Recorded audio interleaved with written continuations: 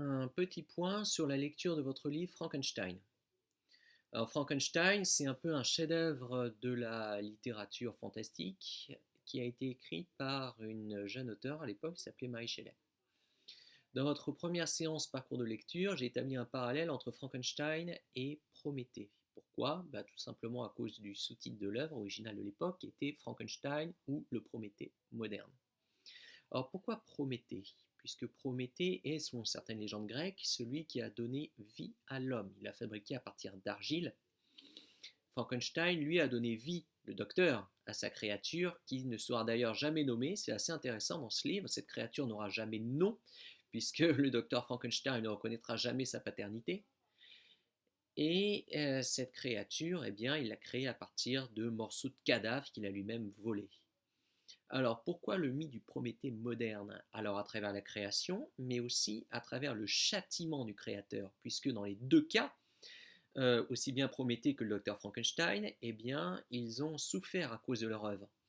Docteur Frankenstein a souffert puisque sa créature, rejetée par tous et en premier lieu par lui-même, puisque le docteur Frankenstein, de peur, s'est enfui de son laboratoire une fois que sa créature a donné vie en disant qu'ai-je fait?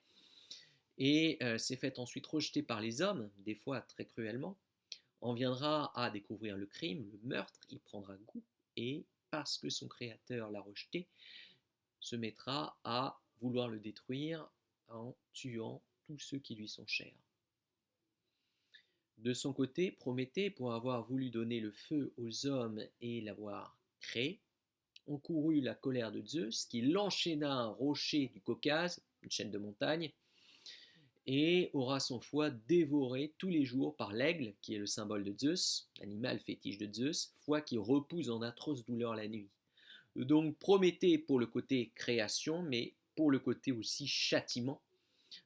Mary Shelley aura écrit ce livre aussi pour démontrer qu'on ne peut pas se comparer à Dieu et vouloir l'imiter sous peine d'en payer un prix très élevé. Séance 2 de votre parcours de lecture consiste à me faire un petit tableau comparatif pour établir des sections de lecture. Voir à quel chapitre on voit telle ou telle action. Donc vous ne pourrez faire cette séance 2 qu'en lisant le livre. Un livre très bien fait puisqu'il est très bien compartimenté, mais il est fait à partir narration suivie également de flashback, retour vers le passé. Enfin, troisième œuvre, nous nous intéressons à la création elle-même de Frankenstein. Peut-on véritablement créer la vie et à quel prix?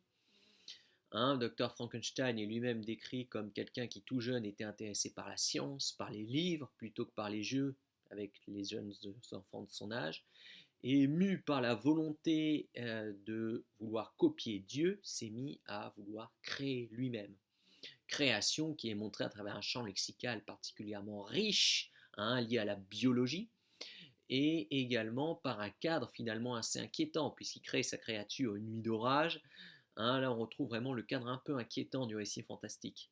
Cette œuvre peut aussi s'insérer dans votre parcours d'études L'homme face à ses interrogations scientifiques et techniques, puisque là, on a vraiment cette question, peut-on créer quelque chose?